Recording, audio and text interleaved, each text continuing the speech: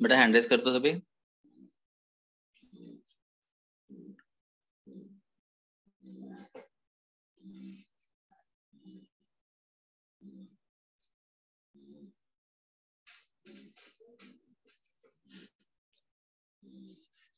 Divansh, Irwin, Vihaan, बेटा hand raise कर दो एक बार।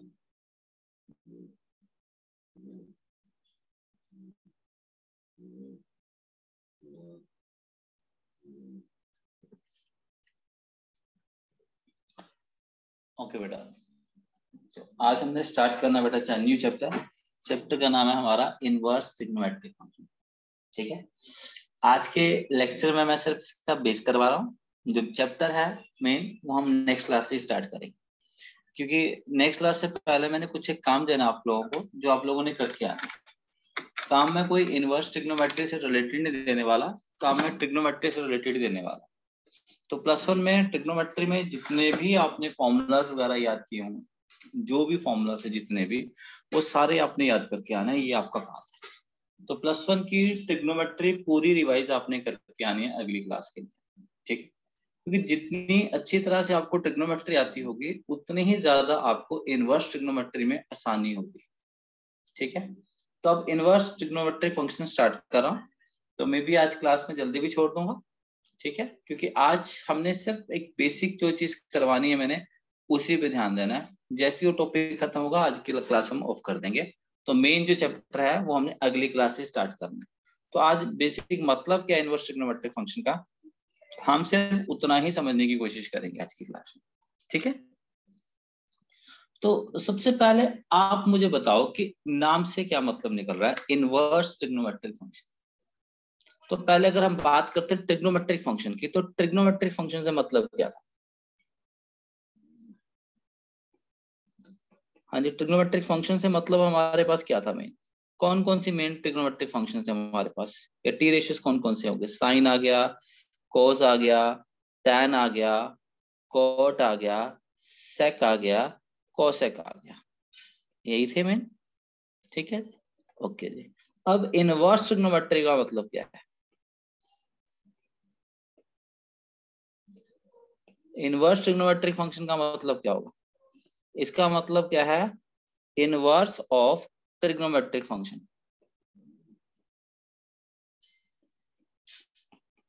किसी भी ट्रिग्नोमेट्रिक फंक्शन का इनवर्स निकालना। तो सबसे पहले अगर हम ट्रिग्नोमेट्रिक फंक्शन का इनवर्स निकाल रहे हैं तो मतलब हम एक तरह से फंक्शन का इनवर्स निकाल रहे हैं। तो मुझे ये बताओ कि किस फंक्शन का इनवर्स निकल सकता है। हमने ये जो चैप्टर किया इससे पहले रिलेशन फंक्शन, उसमें हमने इस चीज को कवर किया। हाँ जी, हम किस फंक्शन का इनवर्स निकाल सकते हैं? हाँ जी, किस फंक्शन का इनवर्स निकल सकता है बेटा?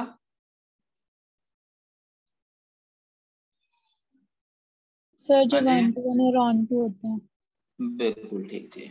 कोई भी फंक्शन मेरा इन्वर्टिबल कब होगा? Function is invertible. इनवर्टिबल का मतलब है जब उसका इनवर्स एग्जिस्ट करता है। If and only if function is bijective. Bijective का मतलब क्या है कि फंक्शन मेरा 1 to 1 भी होना चाहिए, फंक्शन मेरा ऑन टू भी होना चाहिए।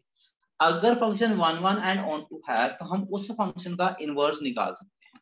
ठीक है, अब इनवर्स से मतलब क्या है? कहते हैं जैसे कि सपोज ये मेरा एक फंक्शन f है, ये इनपुट है, ये मेरी आउटपुट है। ये मेरा f इनवर्स फंक्शन है, ये इसकी इनपुट है, ये मेरी आउटपुट। कहता है अगर इस फंक्शन में इनपुट a देते हैं तो हमें आउटपुट b मिलेगी। इनवर्स वाला फंक्शन ये कहता है कि अगर हम इसकी जो इसकी इनपुट आउटपुट थी, अगर हम इसकी आउटपुट देंगे तो कॉरस्पॉन्डिंग वापस मेरे पास वो इनपुट आ जाएगी। मतलब हम ये कहते थे कि एफ ऑफ ए मेरा किसके इक्वल है? बी के इक्वल है।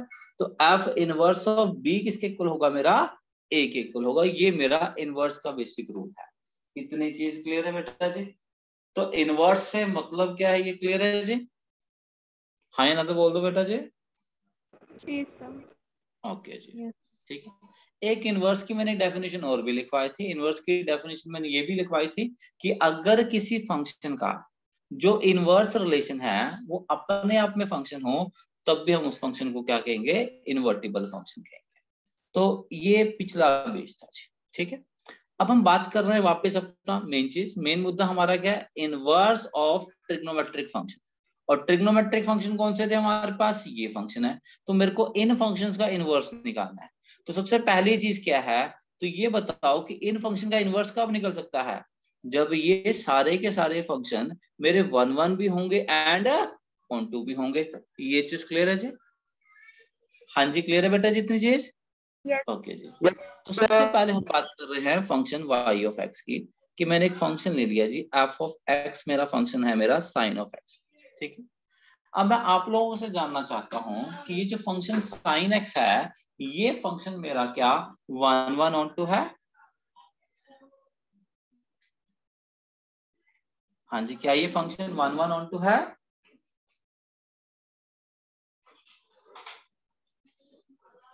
चलो शायद मेरा क्वेश्चन पसंद नहीं आया, मैं क्वेश्चन को चेंज कर रहा हूं। मेरा नया क्वेश्चन ये है कि फंक्शन मैंने दे दिया sin x, आप मुझे ये बताओ कि इस फंक्शन की डोमेन क्या है और इस फंक्शन की रेंज क्या है।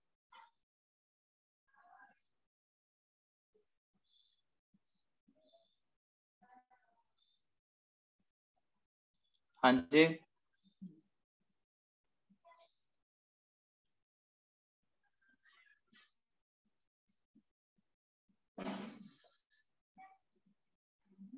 बेटा जी, सिंपल सा क्वेश्चन है बहुत। हाँ जी बोलो, डोमेन रियल नंबर और रेंज -1 to 1। बिल्कुल ठीक जी। जो साइन वाला फंक्शन है वो मेरी x की सारी वैल्यूज के लिए डिफाइंड है, और दूसरा जो साइन x की आउटपुट है वो हमेशा मेरी -1 और 1 के बीच में ही रहती है, हमारी इसकी बाहर बात नहीं आती है। अब मेरा क्वेश्चन ये है कि ये जो साइन x वाला फंक्शन है, अगर मैं ये बोलूं साइन x का function from r to -1 to 1, क्या ये फंक्शन मेरा 1 1 ऑन टू है?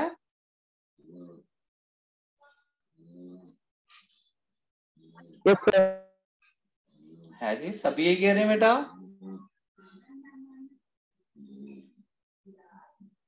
हाँ या ना तो बोल दो बेटा जी। हाँ जी, सभी यही कह रहे हैं क्या फंक्शन 1 1 ऑन टू है? No sir. नो, अच्छा जी, अगर नहीं है तो रीजन बताओ। सर रेंज सिर्फ -1 to 1 है, पर कोडोमेन तो नहीं है। बेटा जब हमने बात ही ये कर दी है, अगर मैं ये बोल रहा हूँ कि मैं बात कर रहा हूँ sine x from r to -1 to 1, तो ये तो अपने आप ही ऑन टू हो ही गया, क्योंकि मैंने कोडोमेन की जगह ही -1 to 1 दे दिया, यही मैंने बोला। तो फंक्शन मेरा ऑन टू है। समझ रहे हो बात बेटा जी? Yes sir. ठीक है। हाँ जी, क्या ये फंक्शन इनवर्टिबल है? हाँ या ना तो बोल दो।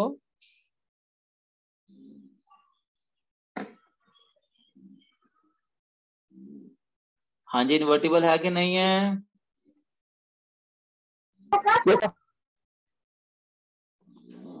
फंक्शन मेरा इनवर्टिबल नहीं है। उसका रीजन ये है कि जो फंक्शन है वो मेरा 1 1 नहीं है, ये मेरा मैनी वन फंक्शन है। मुझे बस एक चीज बताओ, जरा सिंपल सी चीज की अगर हम बात करें, मुझे ये बताओ f ऑफ 0 कितना है? f ऑफ 0 क्या है? साइन 0। साइन 0 कितना होता है जी बताओ? साइन की वैल्यू 0 पे कितनी होती है बेटा? 0 जी। ओके जी। f ऑफ पाई बताओ कितना होता है? साइन पाई कितना होगा?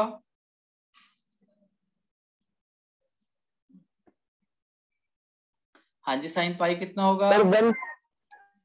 साइन पाई भी मेरा 0 होता है। अब आपके सामने है कि f of 0 is equal to f of pi है, तो इसका मतलब ये है कि जो साइन x का फंक्शन है इज नॉट 1 to 1 फंक्शन, ये मेरा मैनी वन फंक्शन। अगर ये मैनी वन फंक्शन है तो इसका मतलब ये है कि ये जो फंक्शन है ये फंक्शन मेरा इन्वर्टिबल नहीं है। अगर ये इन्वर्टिबल नहीं है तो मतलब साइन x का इनवर्स एग्जिस्ट नहीं करता है। तो अब देखो, चैप्टर का नाम मैं दे रहा था इनवर्स ट्रिग्नोमेट्रिक फंक्शन, यानी कि मैं हर एक ट्रिग्नोमेट्रिक फंक्शन का इनवर्स निकाल रहा हूं, और जबकि मैं यहाँ पे ये कह रहा हूँ कि इस ट्रिग्नोमेट्रिक फंक्शन का इनवर्स मेरा एग्जिस्ट नहीं करता है। ये चीज समझ में आ गई जो मैं बता रहा हूँ बेटा? ये जो बेसिक है इसके ऊपर क्वेश्चन नहीं आएगा, पर अगर ये बेसिक समझ में आ गया तो आपको पूरे चैप्टर की अंडरस्टैंडिंग अच्छी तरह से हो जाएगी। मैं आपको जो चीजें बताऊंगा आगे की क्लास में कि जो डिफरेंस आ रहा है उसके पीछे का रीजन क्या है, आज हमने उस रीजन को देखना कि जब आपको वो रीजन पता होगा तो आगे पहले क्या होता था और अब क्या कर रहे हैं उसके बीच में रीजन जो चेंज आ रहे हैं वो क्यों चेंज आ रहा है वो क्लियर हो जाए, फिर आगे जाके कंफ्यूजन नहीं होगी अगर इस आज के लेक्चर के बेसिक को समझ लो। ठीक है, तो इतनी चीज समझ में आ गई कि साइन एक्स का फंक्शन मेरा 1 1 नहीं है, अगर ये 1 1 नहीं है तो ये बाइजेक्टिव नहीं है, अगर ये बाइजेक्टिव नहीं है तो हम इसका इनवर्स नहीं निकाल सकते हैं। इतनी चीज क्लियर है बेटा जी? ओके। ग्राफ याद है साइन एक्स का कैसा ग्राफ होता था? हाँ जी, ग्राफ याद है किसी को? साइन एक्स का ग्राफ कैसा होता था बेटा जी?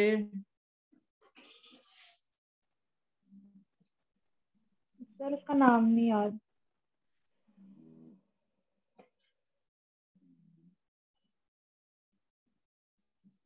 हमारा ग्राफ इस तरह से जाता था साइन एक्स का, ये हमारी ग्राफ की शेप होती है, ये पॉइंट क्या होता था जी 1 और ये पॉइंट क्या होता था जी -1। ये 0 है, ये पाई है, ये 2 पाई है, ये 3 पाई है, ये माइनस पाई है, ये -2 पाई है। ये चीज क्लियर है जी? अब इस फंक्शन को देखो बेटा, अब मैं यहाँ पे कोई भी एक लाइन लगा रहा हूँ, सपोज मैंने ये लाइन लगा दी, ठीक है, बिल्कुल इसके सेंटर पे लगा रहा हूँ, सपोज मैं कहता हूँ ये पॉइंट देखो, ये पॉइंट मेरा हाफ है, ठीक है। अब इस चीज को देखो, ये एंगल क्या होगा, साइन हाफ किस एंगल पे होता है बेटा? बेटा साइन 30 डिग्री कितना होता है? हाँ 30 डिग्री का मतलब रेडियन में कितना होता है? π/6। ये पॉइंट देखो, ये पॉइंट क्या आएगा जी 5π/6। ठीक है जी। अब 2 पाई के अंदर जब आप π/6 को ऐड करोगे, 2 पाई प्लस π/6 करोगे तो कितना आएगा जी 13π/6। ठीक है, 3 पाई में से जब आप π/6 को माइनस करोगे तो क्या आएगा जी 17π/6। ठीक है जी। उसी तरह माइनस पाई में जब π/6 ऐड करोगे तो कितना आएगा जी -7π/6। ठीक है जी। -2 पाई प्लस π/6 करोगे तो ये क्या आएगा जी -11π/6। अब एक चीज देखो जरा, मैं ये जितनी भी वैल्यू लिखी है देखो, sine π/6, sine 5π/6, sine 13π/6, sine 17π/6, sine -7π/6, sine -11π/6 और भी पता नहीं कितनी वैल्यू, इन सब की वैल्यू कितनी है जी? हाँ, तो मतलब ये जो फंक्शन है ये मेरा कौन सा फंक्शन है? This is many one function. ये चीज क्लियर है जी? ग्राफ से समझ में आ रही है बात? ये चीज कि जो साइन वाला फंक्शन है ये मेरा मैनी वन फंक्शन है। अगर ये मैनी वन फंक्शन है तो हम इस फंक्शन का इनवर्स फाइंड नहीं कर सकते हैं। ये चीज क्लियर है जी? हाँ जी, सबको क्लियर है बेटा? यस बेटा जिनकी ट्रिग्नोमेट्री वीक है, अगर +1 में अच्छी तरह ट्रिग्नोमेट्री नहीं की होगी तो उनको ये दिक्कत आ रही होगी ये पॉइंट कैसे लिखे। मैं जस्ट आप बता रहा हूँ कि ये पॉइंट यही होते हैं, इन सारे पॉइंट के ऊपर एक ग्राफ से बता रहा हूँ कि ये सारे पॉइंट के ऊपर वैल्यूज हैं। तो मेन मुद्दा अभी यहाँ पे ये नहीं कि ये पॉइंट कैसे आए, तो इन पे अभी गौर मत दो कि ये पॉइंट कैसे आए। आप इस चीज को देखो कि साइन का ग्राफ मेरा ये जा रहा है, ठीक है, y की वैल्यू हाफ का मतलब ये चीज है। तो जहां जहां पे जिन जिन पॉइंट पे कर्व को कट करेगा उन सारे पॉइंट के ऊपर y की वैल्यू क्या आएगी जी? हाफ। तो कितने पॉइंट्स पे देखो कट कर रहा है y को? देखो इतने सारे पॉइंट पे कट कर रहा है, तो मतलब एक से ज्यादा पॉइंट पे कट कर रहा है। अगर एक से ज्यादा पॉइंट पे कट कर रही है कोई भी वर्टिकल कोई भी हॉरिजॉन्टल लाइन, तो इसका मतलब बहुत सारे पॉइंट पे फंक्शन की वैल्यू सेम आ रही है। तो अगर ऐसा है तो जो फंक्शन होता है वो मेरा क्या है? Many one function.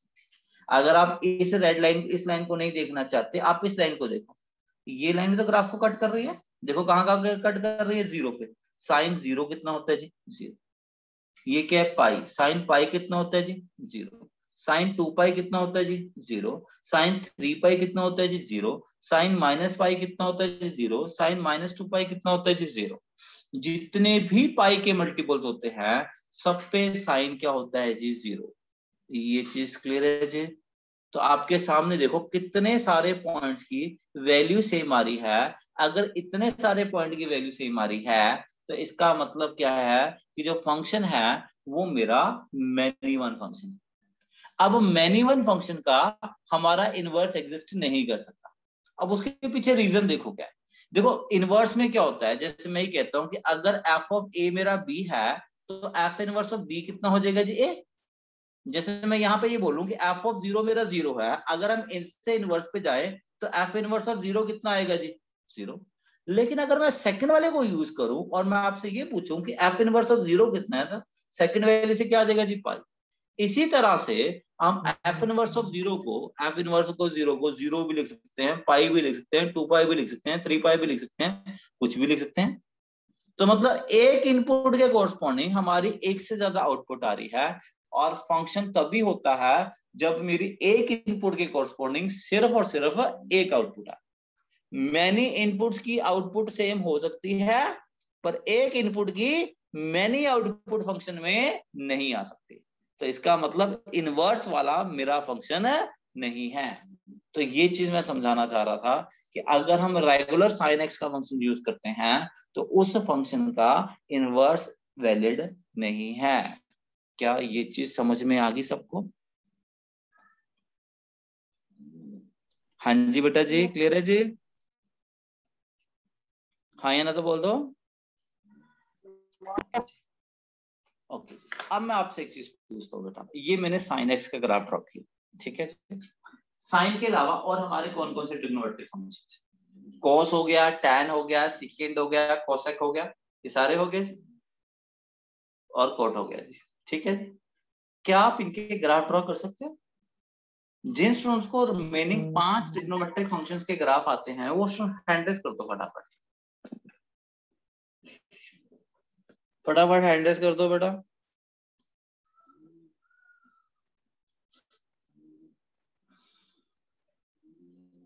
बेटा मेरी आवाज सुन रही है? मुझे ऐसा लग रहा है कि मैंने जो बोला वो किसी को सुनाई नहीं दिया, क्योंकि अभी तक किसी का हैंड रेज नहीं हुआ है। मैंने ये पूछा है कि क्या आप बाकी के ट्रिग्नोमेट्रिक फंक्शंस का ग्राफ ड्रॉ कर सकते हो? ओके जी विहान, ओके जी, और कोई नहीं जी। चलो, शायद मेरा ये क्वेश्चन पसंद नहीं आया, मैं क्वेश्चन चेंज करता हूँ। अब मैं क्वेश्चन ये दे रहा हूँ, जैसे मैंने ये कहा कि जो साइन एक्स वाला फंक्शन है उसकी डोमेन आर है और रेंज मेरी ये है, ठीक है। क्या आप मुझे बाकी सारे के सारे ट्रिग्नोमेट्रिक फंक्शन, जितने भी हमारे ट्रिग्नोमेट्रिक फंक्शंस हैं, यानी कि cos, tan, secant, cosec, cot, इन सब की डोमेन और रेंज बता सकते हो? जो स्टूडेंट इन सारे फंक्शंस की डोमेन और रेंज बता सकते हैं वो स्टूडेंट हैंड रेज करो।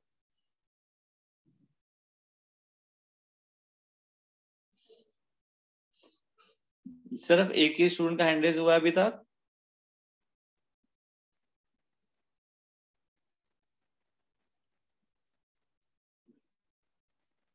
ओके, अगर कोई बाकी के रिमेनिंग 5 में से किसी एक की भी डोमेन रेंज बता सकता है तब भी हैंड रेज कर लो।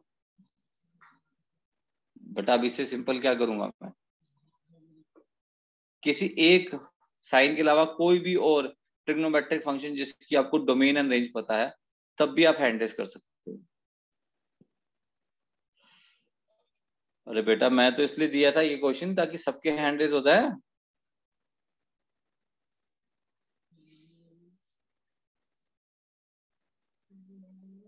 बेटा आप देखो कितनी इजी चीज मिस कर रहे हो। चंदन आप बताओ बेटा, कॉस की डोमेन क्या है और रेंज क्या है? सर साइन सेम है, साइन और कॉस की। बिल्कुल ठीक बेटा, आपके सामने सभी स्टूडेंट को कह रहा हूँ, स्क्रीन पे लिखी हुई है साइन एक्स की डोमेन और रेंज बिल्कुल सेम है।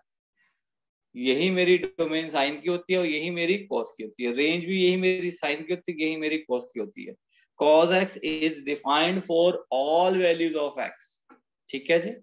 और cos की वैल्यू भी हमेशा -1 और 1 के बीच में ही लाई करती है, बिल्कुल ठीक जी। tan x की चंदन डोमेन? Real number. नहीं बेटा। रेंज? रियल होती है शायद दोनों की। ओके जी, डोमेन गलत है। कॉट की डोमेन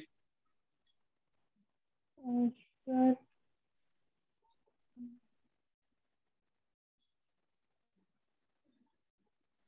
सर याद नहीं आ रहा अच्छे से। ओके। सेक की डोमेन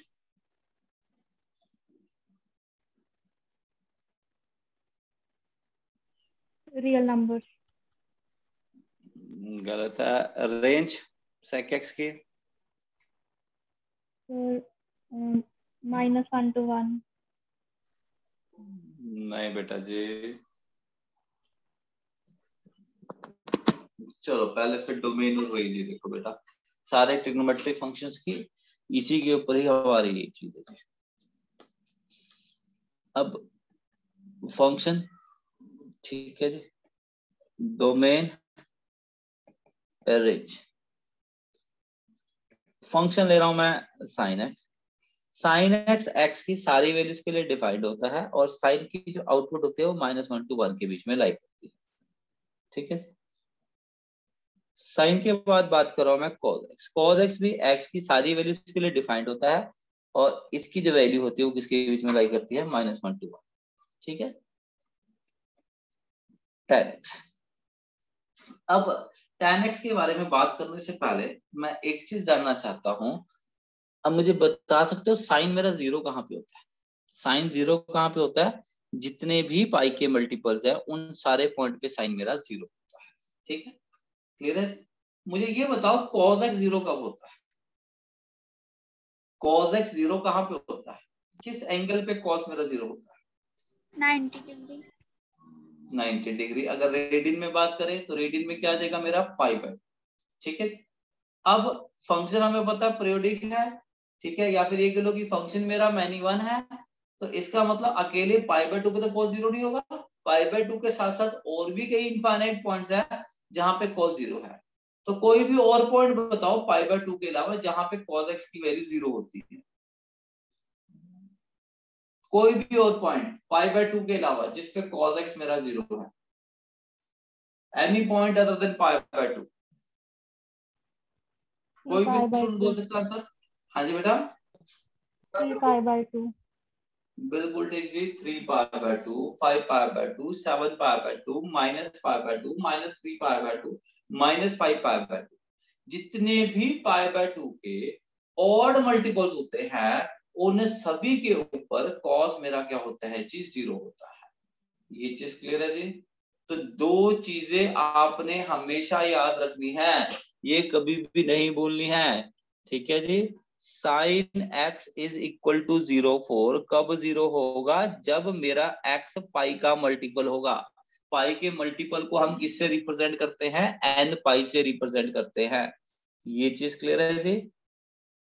हाँ जी, क्लियर है जी? और cos x is equal to 0 कब जीरो होगा? जब x मेरा कब क्या होगा जी? x is odd multiple of पाई/2। ऑड नंबर को हम रिप्रेजेंट कैसे करते हैं? 2n+1 से, साथ में क्या लगा दिया जी? पाई/2। तो 2n+1 इंटू पाई/2 का मतलब क्या बन जाता है? ऑड मल्टीपल ऑफ पाई/2। क्लियर है जी? इस चीज का मतलब क्या है? इस पूरे का मतलब क्या है? This is odd multiple of पाई/2। ये चीज तो बेटा बहुत ही ज्यादा यूज होती है आपकी ट्रिग्नोमेट्री में भी, इनवर्स ट्रिग्नोमेट्री में भी। याद रखनी है अपनी चीज कि साइन कहाँ पे जीरो होता है? जितने भी पाई के मल्टीपल्स है उन पे साइन एक्स हमेशा जीरो होगा। कॉस कहाँ पे जीरो होगा? जितने भी पाई/2 के ऑड मल्टीपल्स है उन पे कॉस मेरा जीरो होगा। सबको याद हो जाएंगी ये दो बातें, याद रखोगे हमेशा? हाँ जी, क्लियर है जी? ओके जी। अब tan x की डोमेन लिखनी है। tan x एक्चुअल में होता क्या है? tan x होता क्या है? sin x by cos x। Sine मेरा सब जगह डिफाइंड है, cos मेरा सब जगह डिफाइंड। अब tan को अगर sin बाय cos लिख दोगे तो tan भी मेरा सब जगह डिफाइंड होगा except for the points where denominator is equal to 0। क्योंकि अगर डिनोमिनेटर में 0 आ गया तो जो वैल्यू बन जाएगी वो मेरी इंफिनिटी बन जाएगी। तो जिस भी पॉइंट पे डिनोमिनेटर 0 है उस पॉइंट पे हम tan की वैल्यू फाइंड नहीं कर सकते।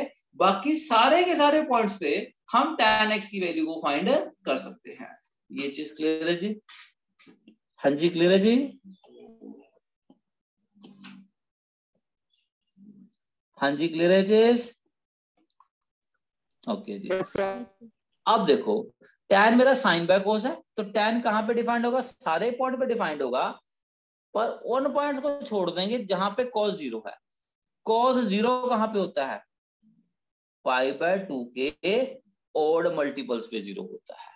तो जो tan x की डोमेन होती है वो क्या होती है? रियल माइनस सारे के सारे ऑड मल्टीपल्स ऑफ π/2। क्लियर है जी? अब tan की आउटपुट क्या होती है जी? r। tan की जो वैल्यू आती है वो कोई भी वैल्यू आ सकती है, ऑल रियल नंबर्स। ये मेरी आउटपुट है tan की। tan के बाद क्या आएगा जी? cot x लेते हैं। cot x क्या होता है जी? cos x by sin x। तो cot x कहां पे डिफाइंड नहीं होगा? cot x मेरा वहां पे डिफाइंड नहीं होगा जहां पे मेरा sin x क्या चीज है जी? 0। जहां पे मेरा डिनोमिनेटर क्या है जी? 0। तो अब आप लोग मुझे बताओ cot x की डोमेन क्या होगी? क्या होगी डोमेन? r minus r-n। बिल्कुल ठीक जी। r में से हमने जितने भी पाई के मल्टीपल्स हैं हमने उनको माइनस कर देना है, मेरे पास कोट की डोमेन आ जाएगी। रेंज मेरी क्या रहेगी जी? r ही रहेगी। क्लियर है जी? ओके जी। अब हम बात करते हैं सेकेंड एक्स की। सेकेंड एक्स क्या होता है जी? 1/cos x। ठीक है जी। सेकेंड एक्स क्या होता है? 1/cos x। ठीक है। अब सेकेंड कहां पे डिफाइंड नहीं होगा? जहां पे मेरा cos 0 होगा। तो सेकेंड एक्स की डोमेन बताओ क्या होगी जी? बोलो बोलो डोमेन, आप लोग ही बोल रहे हो। r minus 2n plus 1 π/2। बिल्कुल ठीक। 2n + 1 × π/2। r में से वो पॉइंट जहां पे मेरा cos 0 है। cos 0 कहाँ है? Odd multiples of π/2। अब सेकेंड की रेंज क्या होगी जी? देखो cos की वैल्यू -1 और 1 के बीच में लाई कर रही है। ठीक है। इसका रेसिप्रोकल ले रहे हैं। देखो अगर कोई भी नंबर 0 से 1 के बीच में आता है, ठीक है, यानी अगर कोई भी नंबर जो 1 से छोटा है, अगर आप उसका रेसिप्रोकल लोगे तो वो हमेशा 1 से बड़ा जाएगा। और अगर कोई भी नंबर जो 1 से बड़ा है, जब आप उसका रेसिप्रोकल लोगे तो 1 से छोटा हो जाएगा। ये चीज क्लियर है जी? तो इस केस में क्या हो रहा है कि जो नंबर्स हैं वो -1 और 1 के बीच में जा रहे हैं, यानी कि पॉजिटिव में 0 to 1 के बीच में और नेगेटिव में भी 0 to 1 के बीच में। जो पॉजिटिव में 0 to 1 के बीच में नंबर हैं, जब आप उनका रेसिप्रोकल लोगे तो वो नंबर सारे 1 से बड़े होंगे।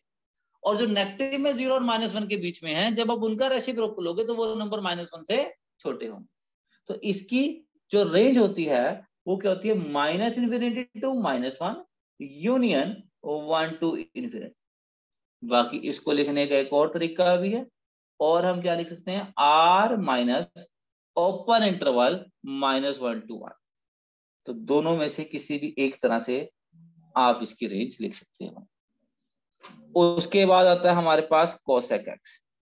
cosec x क्या होता है जी? 1/sin x। तो cosec कहां पे डिफाइंड नहीं होगा? जहां पे sin x मेरा क्या है जी? 0। ओके जी, बताओ जरा cosec x की डोमेन क्या होगी और रेंज क्या होगी? आप लोग बोल रहे हो, बोल दो, कोई भी स्टूडेंट बोल सकता आंसर। Domain r-n। डोमेन क्या है जी? r minus n5। बिल्कुल ठीक है। रेंज बताओ।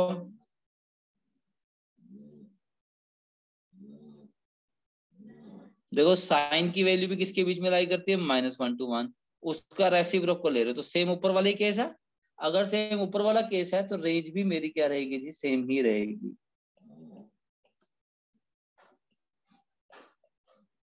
r minus -1 to 1।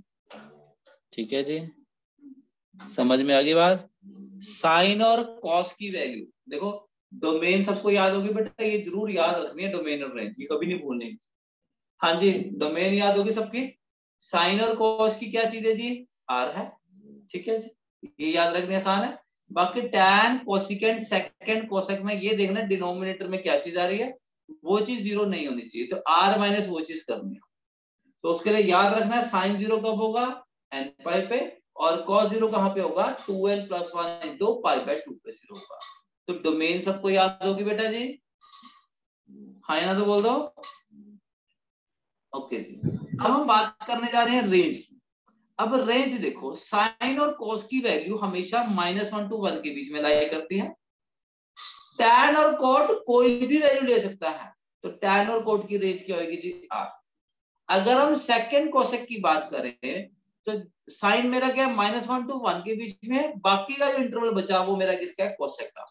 तो कोसेक या तो -∞ to -1 के बीच में होगा या 1 to ∞ के बीच में होगा। सेम चीज मेरी सेक के लिए है, या वो -∞ to -1 के बीच में होगा या 1 to ∞ के बीच में होगा। इतनी चीज क्लियर है जी? हाँ जी, डोमेन और रेंज क्लियर है सबको? Yes. हाँ जी क्लियर है जी, ओके। अब हम बात कर रहे हैं इन सारे के सारे फंक्शंस के ग्राफ।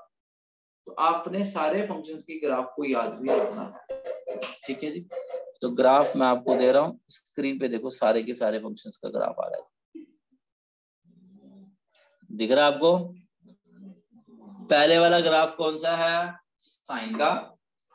दूसरा ग्राफ किसका है जी, कॉस का। देखो कॉस अभी बताया था कहाँ पे 0 होता है, odd multiples of pi by 2। देखो पाई बाय 2 के सारे ऑड मल्टीपल्स पे 0 है, ठीक है।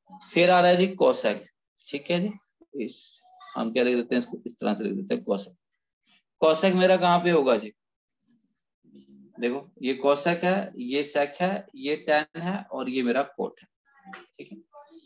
अब एक चीज देखो बेटा, कोसेक के ग्राफ को याद रखने के लिए, कोसेक क्या होता है, साइन का रेसिप्रोकल। मैं साइन का ग्राफ बना रहा हूँ यहाँ पे,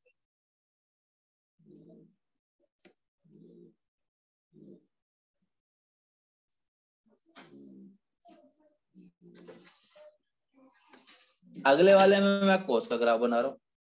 कोस का ग्राफ देखो,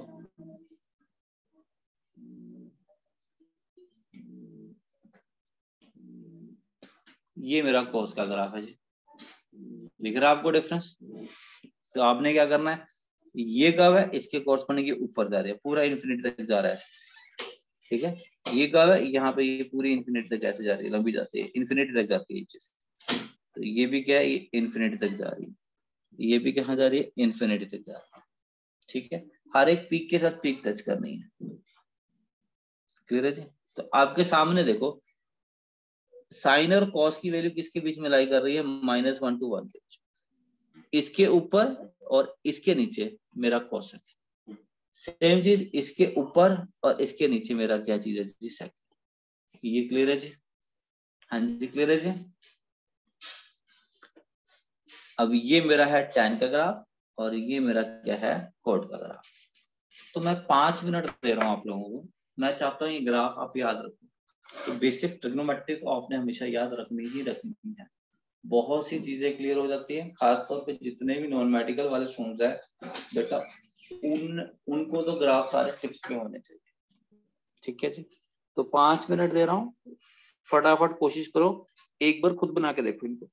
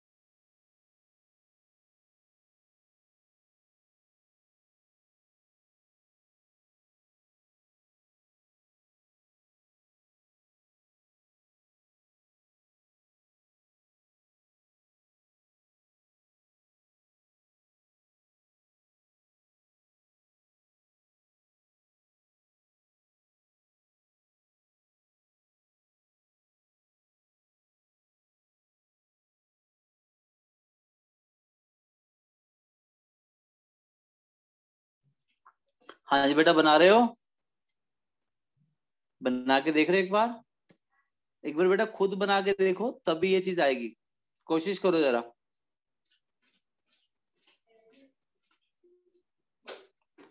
अब उसके बाद एक काम और कर रहे हैं, ठीक है? इन सारे ग्राफ्स को देखो और आपने मुझे ये बताना है, बोलना नहीं, जब मैं पूछूंगा तब बताना है, इन 6 ग्राफ में से कौन कौन से फंक्शन आपके 1 to 1 है। ठीक है, 5 मिनट्स का टाइम दे रहा हूं मैं। ठीक है,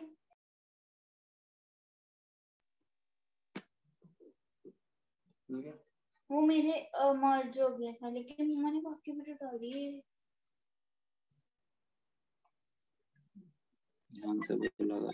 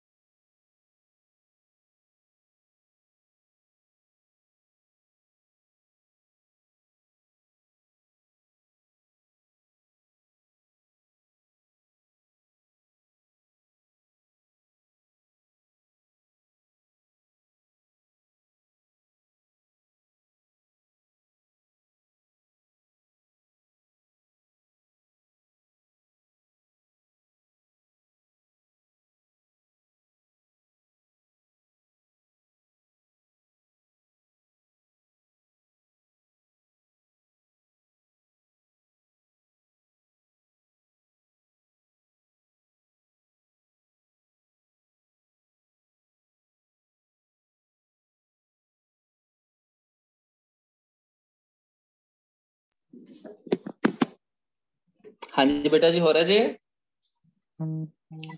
चलो बताओ मेरे को, कौन कौन से आपके वो हैं इसमें, कौन कौन से फंक्शन 1 to 1 है 6 में से?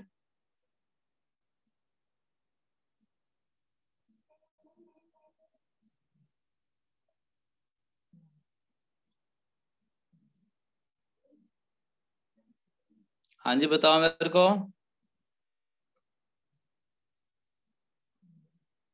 कौन कौन से फंक्शंस ऐसे हैं?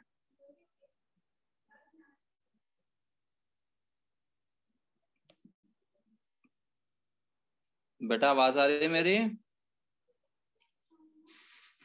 देखो ग्राफ अगर दिया हो तो वो 1 1 है कि नहीं है चेक करने का बड़ा इजी मेथड क्या है, आप ग्राफ में हॉरिजॉन्टल लाइंस को ड्रॉ करो। अगर एक भी हॉरिजॉन्टल लाइन कहीं पे भी एक से ज्यादा पॉइंट पे कट हो जाए तो वो फंक्शन मेरा 1 to 1 नहीं है। जैसे देखो यहाँ पे मैंने हॉरिजॉन्टल लाइन ड्रॉ करी, तो देखो कितने पॉइंट पे कट हो रही है, तो मैंने तो कहा था एक से ज्यादा पे कट हो जाए तो 1 1 नहीं है, तो मतलब ये 1 1 नहीं, क्योंकि उसका मतलब क्या है कि इन सारे पॉइंट्स पे फंक्शन की वैल्यू सेम है। यहाँ पे भी देखो जरा, क्या ये 1 1 है? हाँ जी, क्या है? No sir. नहीं है। इसमें ऊपर वाले पोर्शन लगा के देखो, क्या ये 1 1 है? नहीं जी, कहीं पे भी, ये नहीं कि हर एक लाइन कट होनी चाहिए, कहीं कोई भी एक लाइन कहीं पे भी कट हो जाए। क्या ये 1 1 है? नहीं है जी। क्या ये 1 1 है? देखो इन सारे पॉइंट पे आउटपुट सेम है, नहीं है जी। क्या ये 1 1 है? नहीं है जी। तो इनमें से कोई भी फंक्शन मेरा 1 1 नहीं है। अब इनके 1 1 ना होने के पीछे एक रीजन और भी है, और वो रीजन ये है कि ये सारे के सारे फंक्शन मेरे पीरियोडिक हैं। इन फंक्शंस की रेगुलर इंटरवल्स के बाद वैल्यू रिपीट हो रही है। तो अगर किसी फंक्शन की रेगुलर इंटरवल के बाद वैल्यू रिपीट होती है तो वो फंक्शन मेरा 1 to 1 नहीं हो सकता। तो अगर कोई फंक्शन पीरियोडिक होगा तो वो फंक्शन मेरा कभी भी 1 to 1 फंक्शन नहीं होगा। अब पीरियड 2 पाई का मतलब क्या है कि हर 2 पाई के बाद वैल्यू को रिपीट होना ही होना है। ये चीज देखो, ग्राफ देखते जाओ कोई भी या इधर से देखते हैं, देखो ये चीज रिपीट हो रही है, दोनों के बीच में 2 पाई का गैप है। देखो सेम पॉइंट आ गया, 2 पाई के बाद, हर 2 पाई के बाद पॉइंट ने रिपीट होना ही होना है, हर 2 पॉइंट के बाद वैल्यू ने रिपीट होना ही होना है। ये चीज क्लियर है?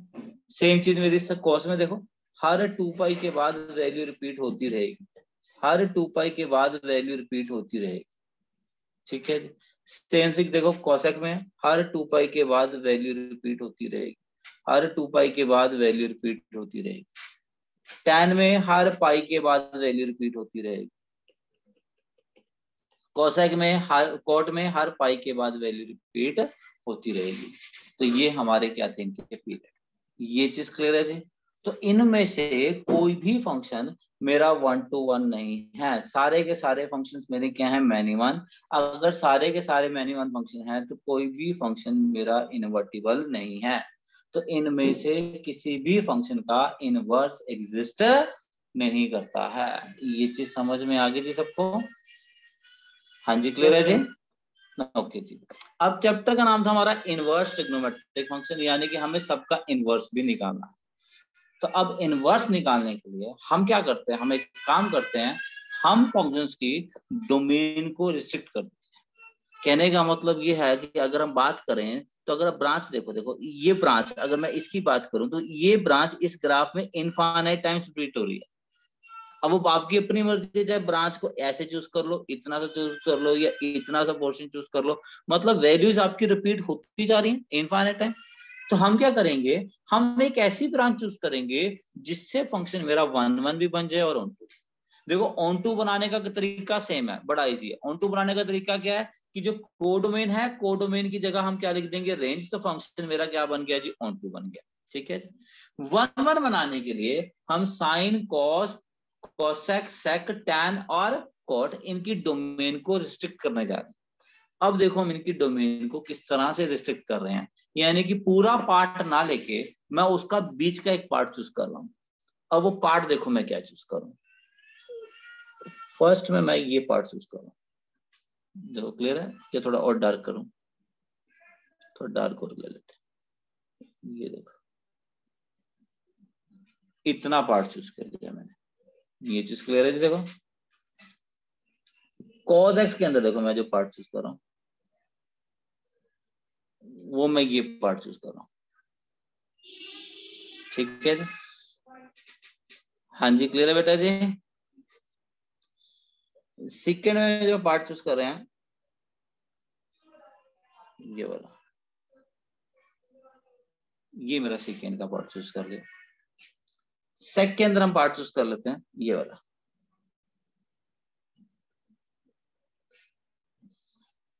ये मैंने सेक में चूज कर लिया। टैन का पार्ट चूज कर लेते हैं हम ये वाला। ठीक है, और कॉट के अंदर पार्ट चूज कर लेते हैं ये वाला।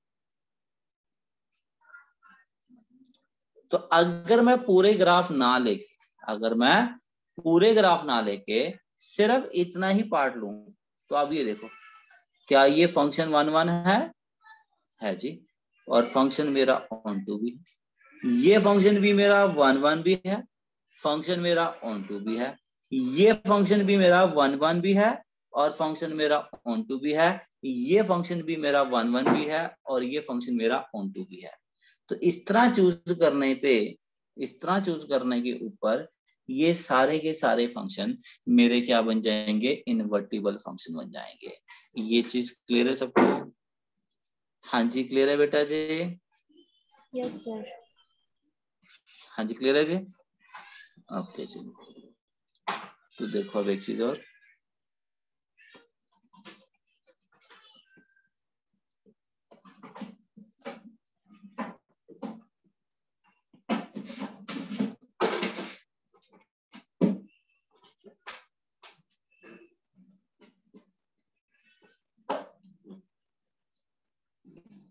हाँ जी ये हमारा फंक्शन चल रहा था जी। अब इस फंक्शन में मैं क्या कर रहा हूँ, एक नया कॉलम बना देता हूँ। ठीक है जी, अब नया कॉलम मैं बना रहा हूँ रिस्ट्रिक्टेड डोमेन। मैंने क्या किया, इन फंक्शंस की डोमेन को रिस्ट्रिक्ट कर दिया। अब नई जो रिस्ट्रिक्टेड डोमेन है, अब नई डोमेन में क्या ले रहा हूँ,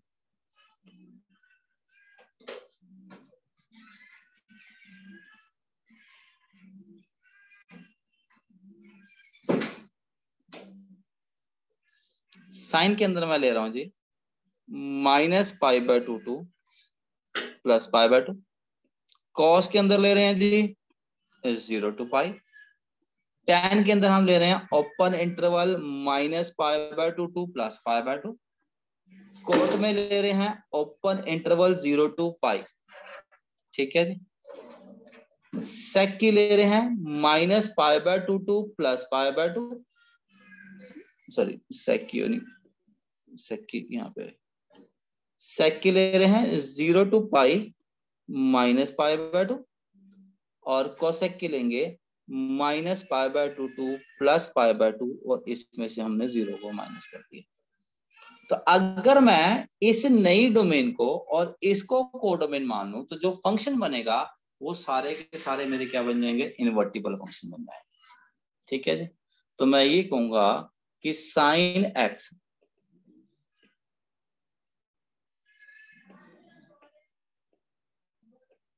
कहां से कहां तक, -π/2 टू +π/2, ये नई डोमेन है।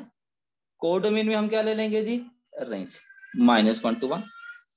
कॉस एक्स के लिए क्या ले रहे हैं जी, 0 to π और कोडोमेन -1 to 1। tan एक्स में क्या लेंगे हम, थोड़ा छोटा लिख लेता हूँ बेटा, क्यों नहीं आएगा नहीं है। ठीक है, इस पेज पर मैं दोबारा से लिख रहा हूँ। सबसे पहले साइन एक्स लिया हमने -π/2 टू +π/2 से कहां तक जा रहा है, -1/2। cos x 0 to π से -1 to 1।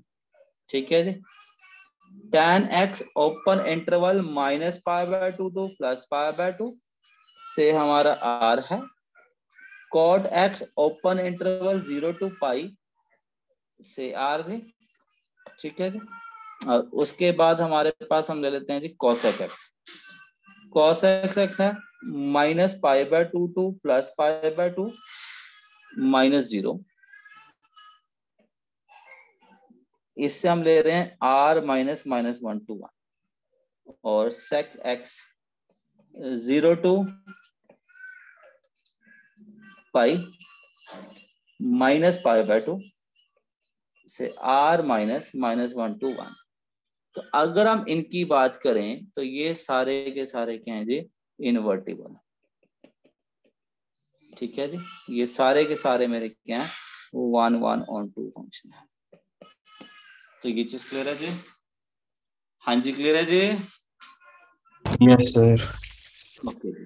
अब इनवर्स में पता है कि अगर आपका इनवर्स वाला function if f is function from a to b है तो जो f इनवर्स है वो फंक्शन क्या होगा जी, b to a। ये चीज क्लियर है जी? हाँ जी क्लियर है जी? जो f इनवर्स वाला फंक्शन है वो मेरा क्या होगा जी, b to a। ठीक है। If f is function from a to b है देन जो f इनवर्स होगा वो फंक्शन मेरा क्या होगा जी, b to a। ठीक है जी। अब मैं ये कह रहा हूं कि जो साइन x है, साइन x हमने लिया था -π/2 टू +π/2 से लेके -1/2 to 1 इज इनवर्टिबल। ठीक है जी। तो इसका मतलब क्या है, inverse of sine x exist. ठीक है। एंड इज फंक्शन फ्रॉम, हाँ जी कहां से कहां होगा जी, क्या होगा, -1/1 to -1 to 1 से लेके कहां तक होगा, -π/2 to +π/2। यहां तक क्लियर है? अब ये जो इनवर्स ऑफ साइन है, अब इसको लिखते कैसे हैं? इसको लिखने के दो तरीके हैं। एक तो तरीका इसको हम लिख देते हैं आर्क साइन। एक तो मेथड क्या है, हम इसको क्या लिखते हैं जी, आर्क साइन। ठीक है जी, ये सिंबल यूज करते हैं। या फिर इसके लिए हम यूज करते हैं साइन इनवर्स। ठीक है। अब आपकी अपनी मर्जी है, आप चाहो तो आर्क साइन यूज कर लो या फिर आप साइन इनवर्स यूज कर लो। आपकी एनसीईआरटी जो सिंबल फॉलो कर रही है वो ये वाला फॉलो कर रही है, पर मैं आपको बताना चाहता हूं कि arc sine and sine inverse same चीज। कि बाई चांस किसी क्वेश्चन में आप देख लो और लिखा हुआ देखिए आपको आर्क साइन, तो आर्क साइन से कंफ्यूज होने की जरूरत नहीं है। तो मतलब क्या है कि जो आर्क साइन वाला फंक्शन है वो मेरा सेम वही क्या है जी, साइन इनवर्स है। तो हम ये कहेंगे कि जो साइन इनवर्स वाला फंक्शन है ठीक है, वो मेरा कहां से कहां तक का फंक्शन होगा, वो मेरा -1 to 1 से लेके कहां तक का फंक्शन होगा, -π/2 to +π/2। तो कहने का मतलब ये है कि इस फंक्शन की अगर हम डोमेन की बात करें तो इसकी डोमेन क्या है, साइन इनवर्स की इनपुट क्या है, -1 to 1, एंड रेंज क्या होगी जी, इसकी रेंज क्या होगी जी, -π/2 to +π/2। ये चीज क्लियर है जी? हाँ जी क्लियर है जी? Yes sir. हाँ जी ओके जी। अब मुझे एक चीज बताओ, अब इनवर्स फंक्शन आपको पता है कैसे वेरी करता है। अब देखो हम बात करते हैं, अब ये चीज जो मैं अब समझाने जा रहा हूँ ध्यान से समझना इसको, ठीक है जी? बस यही चीज समझनी है आज के लेक्चर की, यही खास बात है। साइन π/6 बताओ कितना होता है बेटा?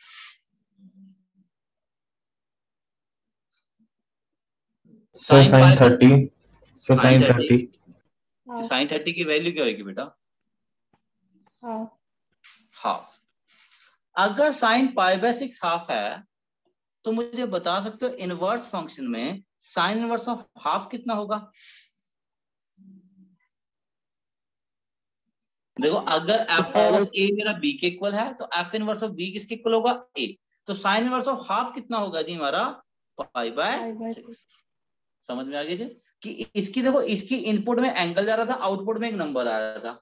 अब इसमें क्या, इनपुट में नंबर जाएगा और आउटपुट में मेरा क्या आ जाएगा जी, एंगल आ जाएगा। ये चीज समझ में आई बात? जैसे मैं आपसे ये बोलूं कि साइन π/3 बताओ, π/3 का मतलब साइन 60 डिग्री, साइन 60 डिग्री कितना होता है, √3/2। ठीक है, तो साइन इनवर्स ऑफ √3/2 कितना होगा जी, π/3 बिल्कुल ठीक है। ओके जी, साइन π/2 कितना होता है बेटा जी,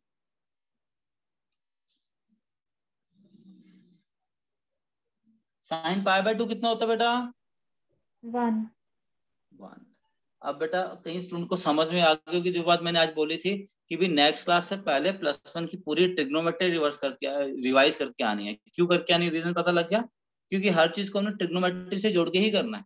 तो अगर ट्रिग्नोमेट्री आपको नहीं आती होगी तो इनवर्स में आपको दिक्कत आएगी, अगर ट्रिग्नोमेट्री अच्छी तरह से आती है तो इनवर्स में दिक्कत नहीं आने वाली। ठीक है, तो ट्रिग्नोमेट्री प्लीज पूरी रिवाइज करके आना। साइन π/2 कितना है जी, 1 है। तो बताओगे मेरे को साइन इनवर्स ऑफ π/2 कितना होगा, सॉरी साइन इनवर्स ऑफ 1 कितना होगा, π/2। ये क्लियर है जी, सबको समझ में आ गई बात? ओके जी। अब एक चीज और, साइन 3π/4 कितना होता है बताओ मुझे,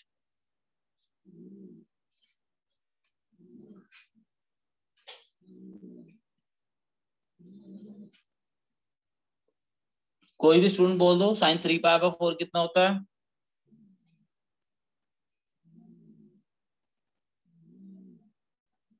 बेटा क्या हो गया, ट्रिग्नोमेट्री में इतना बुरा हाल?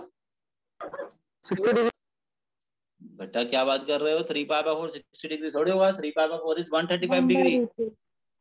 1/√2 बिल्कुल ठीक जी। कैसे आया, इसको क्या लिखेंगे, sine pi minus π/4, sine pi minus π/4 second quadrant में साइन क्या होता है, पॉजिटिव, साइन π/4, साइन π/4 की वैल्यू कितनी होती है, 1/√2।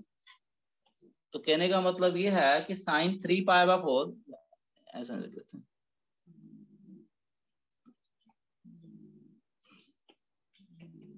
तो साइन 3π/4 कितना आ रहा है जी, 1/√2। अब साइन 3π/4 1/√2 है, ठीक है जी। तो मुझे ये बताओ साइन इनवर्स ऑफ 1/√2 कितना होगा जी, हाँ जी बोलो फटाफट। 3π/4। हाँ जी सबको क्लियर है चीज, हाँ या ना तो बोल दो। Yes sir. अगर आप 3π/4 लिखते हो तो वो चीज बिल्कुल गलत है, और बस यही एक पॉइंट हमने इस इनवर्स ट्रिग्नोमेट्री में समझना है। अब ये गलत क्यों है, क्या रीजन है इसके गलत होने का। अब 3π/4 देखो, क्या ये मेरा -π/2 to +π/2 के बीच में बिलोंग कर रहा है,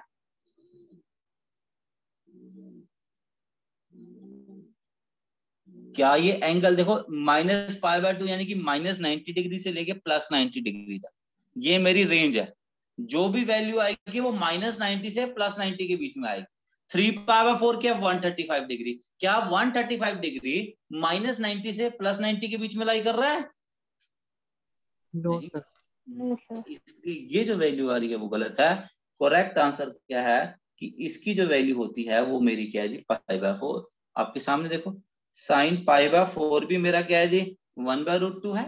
तो साइन इनवर्स ऑफ 1/√2 मैं क्या लूंगा जी, π/4। देखो साइन मेरा मैनी वन फंक्शन था, हमने साइन की डोमेन को रिस्ट्रिक्ट कर दिया है। हम साइन कितना ले रहे हैं, सिर्फ इतना सा ही ले रहे हैं। हमने जो भी एंगल देना है, अब देखो आप हमने एंगल क्या चूज किया था, 3π/4। 3π/4 का एंगल मतलब यहाँ पे होता है, ये 3π/4 की लाइन है। अब ये देखो ये 3π/4 की लाइन है, ये मैंने कट कर दी, ठीक है। ये मेरा एंगल क्या है जी, 3π/4 है। 3π/4 के कोरस्पॉन्डिंग वैल्यू क्या है जी, 1/√2 है। ये मेरी वैल्यू 1/√2 है, ठीक है। अब ये जो वैल्यू आ रही है, ये देखो ये सेम वैल्यू मेरी किस पे आ रही है, π/4 पे भी आ रही है। पर आउटपुट में हमने कौन से वाला कंसीडर करना है, हमने सिर्फ उतना ही कंसीडर करना है जो इन दो लाइनों के बीच में आ रहा है, -π/2 टू +π/2 के बीच में। तो इसलिए जो हमने आंसर लेना है वो आंसर क्या लेना है जी, π/4 का ही लेना है। ये चीज समझ में आ गई चीज? हाँ जी, क्लियर है जी? तो बेटा अब ये निकालना कैसे है कि जैसे आपको ये दिया जाएगा उससे आंसर π/4 कैसे लिखना, बहुत आसान है। वो चीज हमने अभी करनी है। तो फिलहाल आज की क्लास में जो मैं बताना चाह रहा था वो ये बताना चाह रहा था कि अगर इसकी वैल्यू आप 3π/4 लिखते हो तो ये चीज गलत है। ये समझ में आ गई बात? हाँ जी, इतना क्लियर है बेटा जी? Yes sir. Yes sir. और इनवर्स कैसे वेरी करता है, काम करता है, ये क्लियर हो गया जी? हाँ जी, क्लियर है जी? ओके जी। तो अब बेटा ये टेबल देख रहे हो,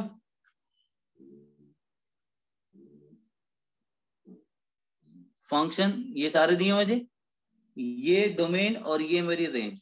अब हमने किया कुछ नहीं है, मैंने क्या कर दिया, सबको उल्टा कर दिया। यहाँ पे देख रहे हो ये जो दिया था मैंने, जब इनवर्स फंक्शन आएगा तो ये डोमेन बन जाएगी, ये रेंज, ये उल्टा करता चला गया। तो उल्टा करने पे हमारे पास ये वाला टेबल बन गया जी, ठीक है।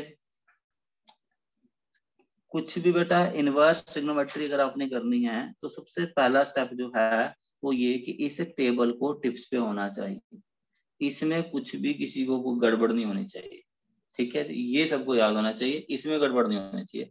इसमें थोड़ी सी करेक्शन कर रहा हूँ, टाइपिंग एरर है। टाइपिंग एरर तो ये क्या है, देखो ये -∞, ठीक है। क्या है ये, -∞ है और ये ओपन ब्रैकेट है। इन्फिनिटी पे हमेशा ओपन ब्रैकेट लगती है, इन्फिनिटी पे कभी क्लोज ब्रैकेट नहीं आती। बस यही एक चेंज है, बाकी सारा ठीक है। तो आपने इसको अभी याद करना है और इस टेबल को लिख के देखो एक बार, ठीक है। करो, जैसे ये टेबल खुद लिख के देख लो, हैंड रेज करते जाना, समझ रहे हो? जैसे एक बार टेबल लिख लो, हैंड रेज करते जाना।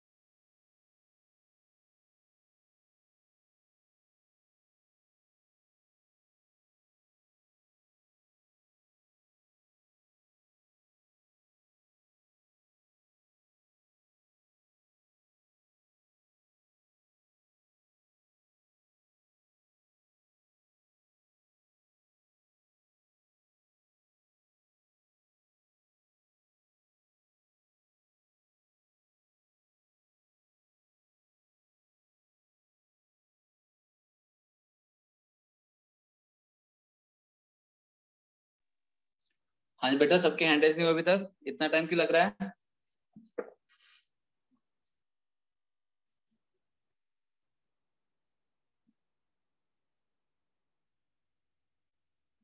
एरविन,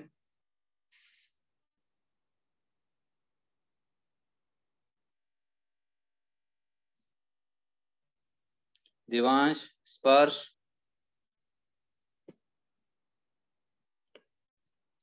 बेटा एक चीज मैं बोल देता हूँ, कई स्टूडेंट को इनवर्स ट्रिग्नोमेट्री का जो बेसिक कंसेप्ट बताया था इनको पसंद नहीं है, तो उनको आदत नहीं होती करने की, ठीक है। तो अगर किसी को नहीं भी पसंद आया कोई भी फर्क नहीं पड़ने वाला बेटा। अगर आपको ये पूरा टेबल याद है तो बाकी आज के लेक्चर में कुछ भी बताओ, अगर नहीं भी समझ आया तब भी कोई फर्क नहीं पड़ने वाला, बस ये टेबल आपने नहीं भूलना है, ठीक है। खास तौर पे डोमेन भूल जाओ चल जाएगा, रेंज नहीं भूलनी है। साइन इनवर्स की रेंज क्या है? -π/2 टू +π/2 क्लोज ब्रैकेट में। कॉस इनवर्स की रेंज क्या है? क्लोज ब्रैकेट में 0 to π। टैन इनवर्स की रेंज क्या है? -π/2 टू +π/2। कॉट इनवर्स की रेंज क्या है? 0 to π open bracket. Cosec inverse की रेंज क्या है? -π/2 टू +π/2 -0। और सेक इनवर्स की रेंज क्या है? 0 to π -π/2, ठीक है। तो देखा जाए एक तरह से हमारी दो तरह की फैमिली चल रही। एक फैमिली है हमारी -π/2 टू +π/2 वाली। देखो एक ये फैमिली होगी, एक ये रहा और एक ये रहा। कौन कौन से आ रहे हैं इसमें? इसमें साइन आ रहा है, टैन आ रहा है और कोसेक आ रहा है।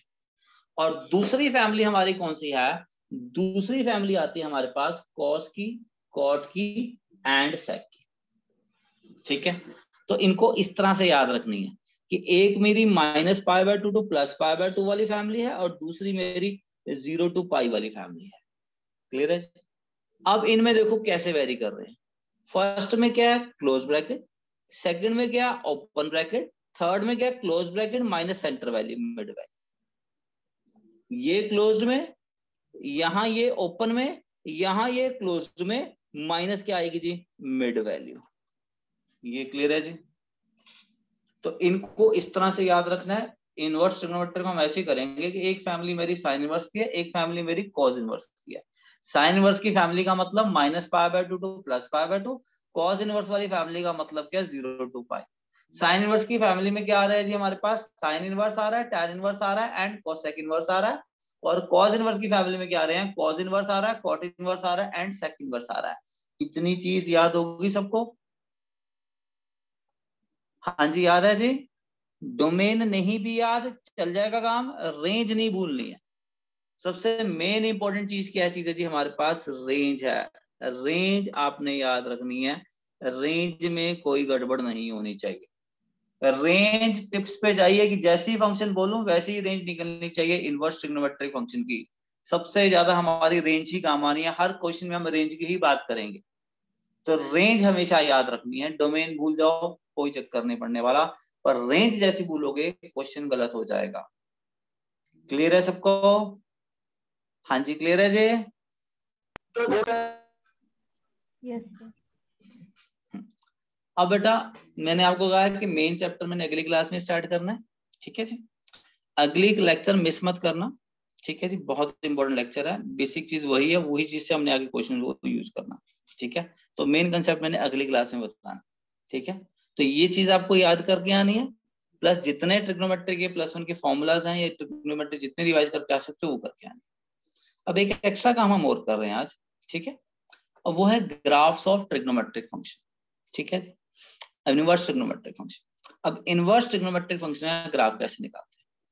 तो एक चीज मैं रूल बताता हूँ। एक रूल होता है कि अगर हमें f(x) का ग्राफ पता है, अगर हमारे पास ग्राफ ऑफ f(x) है, हम f(x) के ग्राफ से f इनवर्स का ग्राफ निकाल सकते हैं। अब f(x) के ग्राफ से f इनवर्स का ग्राफ आता कैसे है? हमने बस कुछ नहीं करना कि जो मेरी लाइन है y = x, हमने उसके अलोंग मिरर इमेज ले लेनी। तो अगर आप इन पहले दो ग्राफ में देखो जरा, एक ब्लैक से लाइन लगी हुई है, एक रेड से लाइन लगी हुई है, ठीक है। ये मेरा y = x है, इसके अलोंग मिरर इमेज ले रहे हैं। देखो ये देखो, इस ब्लैक पोर्शन की मिरर इमेज क्या होगी इस लाइन के अलोंग? ये रेड वाला पोर्शन। और इस ब्लैक की इमेज क्या होगी जी, ये रेड वाला पोर्शन। यहां तक समझ में आ गया जी। तो ये मेरा फंक्शन साइन एक्स का था, इसका जैसी ग्राफ लिया ये मेरा क्या आ गया जी, साइन इनवर्स ऑफ एक्स आ गया। इतनी चीज क्लियर है बेटा?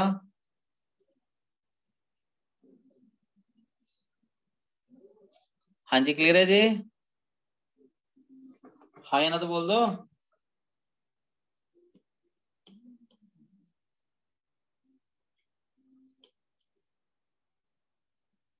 बेटा जी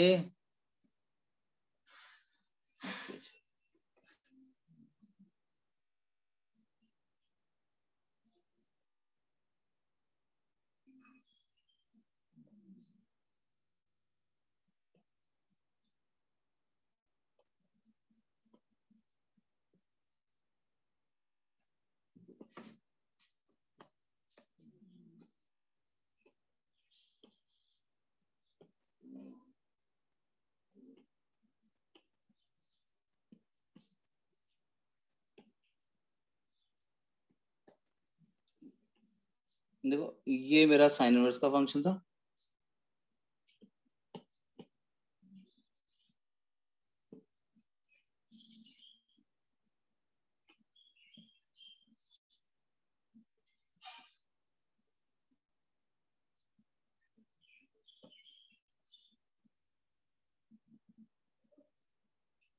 ये साइन इनवर्स का फंक्शन है। अब देखो जरा कैसे करना। अब मैं अगर बात करता हूं तो मेरी जो लाइन होती है ना, y इक्वल टू एक्स, कुछ इस तरह की लाइन होती है, ठीक है। अब इस लाइन के रंग जब आप मिरर इमेज लोगे तो मिरर इमेज देखो कुछ इस तरह से आ जाएगी, ठीक है। अब देखो यहाँ पे शायद से समझ नहीं आ रहा, तो मैं अपने पूरे स्केल से ही बना देता हूँ अपने आप। इसको हम रहने देते हैं पिछले वाले से, क्योंकि छोटा पोर्शन उठा रहे हैं तो आपको इससे क्लियर नहीं हो पाएगा।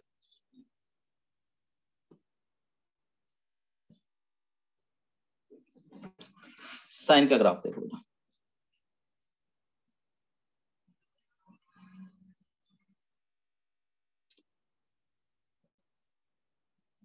साइन का ग्राफ कुछ किस तरह से जाता है।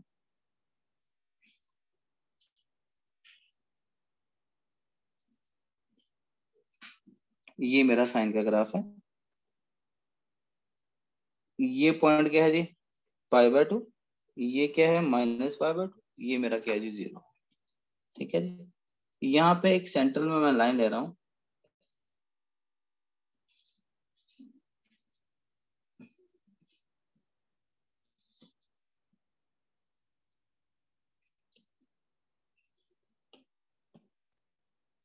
लाइन थोड़ा ना टेढ़ी बना देता हूँ अपने आप से ना, क्योंकि हम, ये मेरी लाइन है y इक्वल टू एक्स।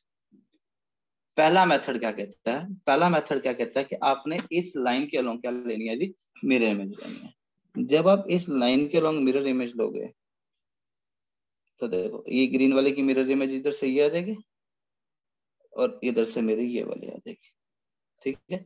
तो मतलब जितना डिस्टेंस मेरा ये था उतना ही डिस्टेंस ये हो जाएगा, ठीक है।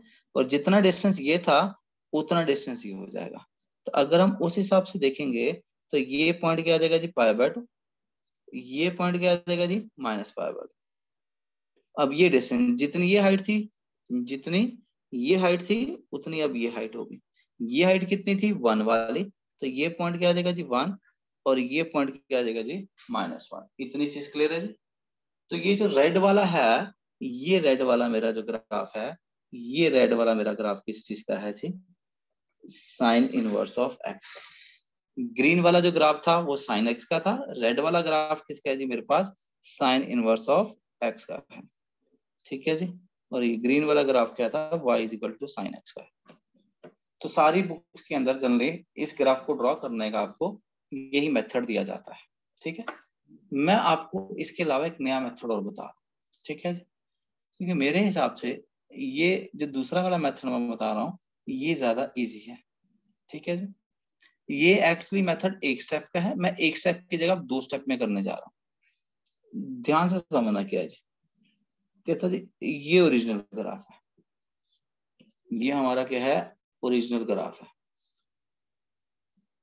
ठीक है। मैं मेंशन भी कर देता हूँ, मार्किंग भी कर देता हूँ इसके अंदर।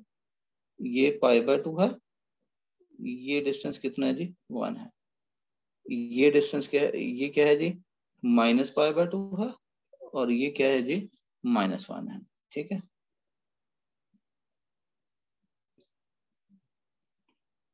ये मेरा ग्राफ हो गया जी।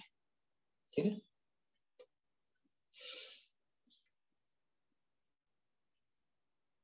सबसे पहला देखो मैं काम का किया, मैंने इस ग्राफ को 90 डिग्री की रोटेशन दे दी। फर्स्ट स्टेप दिख रहे थे क्या किया मैंने, समझ में आ रहा क्या किया, ये ग्राफ था, मैंने इसको रोटेट कर दिया 90 डिग्री एंटी क्लॉकवाइज, तो ये मैंने रोटेशन दे दी, मेरे पास ये चीज बन गई। फर्स्ट स्टेप क्लियर है जी। अब y = x के अलोंग मिरर इमेज लेने में बहुत दिक्कत आती है स्टूडेंट्स, तो आपने उल्टा काम करना है, आपने पहले 90 डिग्री की रोटेशन देनी है और फिर y एक्सिस के अलोंग मिरर इमेज लेनी है। अब इसके अलोंग मैं मिरर इमेज ले रहा हूं, अब देखो ये मिरर इमेज लेना ज्यादा आसान है। ठीक है, तो जब मिरर इमेज ले रहे हो तो एक्चुअल में आप कर क्या रहे हो, आप ये फ्लिप कर रहे हो इन दोनों चीजों। फ्लिप करने का मतलब जो नेगेटिव वाला वो क्या बन जाएगा पॉजिटिव, पॉजिटिव वाला क्या बन जाएगा नेगेटिव, ये -1 था, ये मेरा क्या बन जाएगा +1, और यहाँ पे क्या आ जाएगा जी मेरा -1। बस इतनी चीज, तो देखो ये मेरा ग्राफ बन गया जी, ये ग्राफ किसका है sin x का। समझ में आई बात, हाँ जी क्लियर है बेटा जी, स्टेप समझ में आया, 2 स्टेप में करना है, किसका फंक्शन है sin 1/x। अब मैं cos का भी करके दिखाता हूँ। cos का देखो क्या ग्राफ होता है, क्या ग्राफ होता है cos का,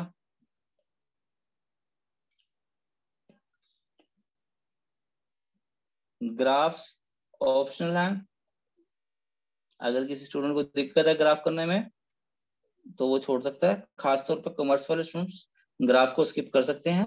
मेन चीज क्या है रेंज, रेंज आप लोगों ने नहीं भूलनी है जी। ठीक है जी, हाँ जी, कॉस में हम कौन सा पोर्शन लेते हैं, कॉस में हम पोर्शन लेते हैं 0 to π/2। कॉस 0 कितना होता है जी 1, तो कॉस में जो ग्राफ जाता है वो ग्राफ कहाँ से शुरू होता है, वो ग्राफ इस तरह से शुरू होता है, ये मेरा क्या है जी 0, ये क्या है जी π/2, और यहाँ पे मेरा क्या आता है जी पाई। कॉरस्पॉन्डिंग वैल्यूज देखा जाए तो ये वैल्यू क्या है जी -1 है, और ये वैल्यू क्या है जी मेरी +1 है। ये किसका ग्राफ है मेरा cos x का ग्राफ है। ठीक है जी, अब क्या स्टेप बताए थे मैंने, सबसे पहला काम क्या करना है, इसको 90 डिग्री की रोटेशन दे देनी, ये 90 डिग्री की रोटेशन दे दी, पहला स्टेप हो गया। फिर दूसरा स्टेप क्या करना है कि अब हमने एक्सिस को रिवर्स कर देना, इन दोनों एक्सिस को इंटरचेंज करना, घुमा देना। जब आप इसको घुमाओगे दोबारा से तो अब क्या होगा, ग्राफ देखो उधर वाला इधर चला जाएगा, इधर वाला उधर चला जाएगा, ये माइनस की जगह यहाँ पे +1 आ जाएगा, ये क्या आ जाएगा जी मेरा -1 आ जाएगा, और ये मेरा क्या आ जाएगा जी +1 आ जाएगा। तो देखो ये ग्राफ बन रहा है, मैं इसको अलग से बना देता हूँ ग्राफ को।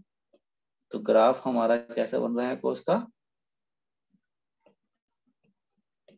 कोस का ग्राफ मेरा कुछ इस तरह का बन रहा है। ठीक है जी, ये पॉइंट मेरा क्या है जी +1 है, ये पॉइंट क्या है जी -1 है, ये 0 है, ये π/2 है, और ये पॉइंट मेरा पाई है।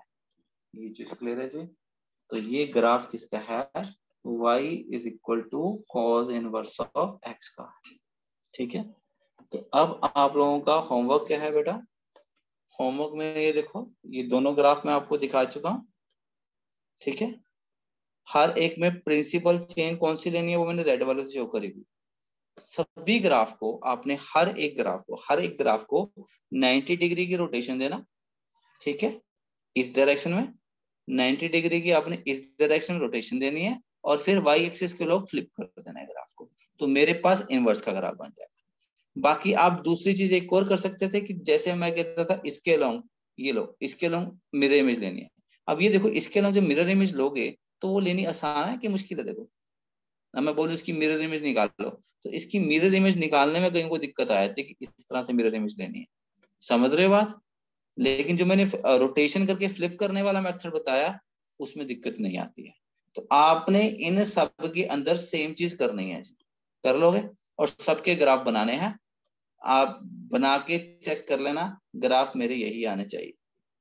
ठीक है जी, तो ये ग्राफ का काम मैं आपको दे रहा हूँ, बनाने कैसे हैं वो मैं आपको बता चुका हूँ। ठीक है, मेन चीज आपकी ये है, ये अपने याद करके आना। ठीक है, बाकी अब नेक्स्ट क्लास में करेंगे। ठीक है, परसों का लेक्चर मिस नहीं करना किसी स्टूडेंट ने बेटा। ठीक है बेटा जी,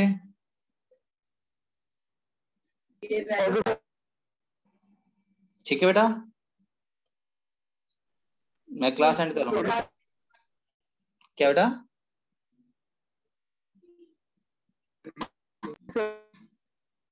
बेटा कोई कुछ पूछना चाहता है?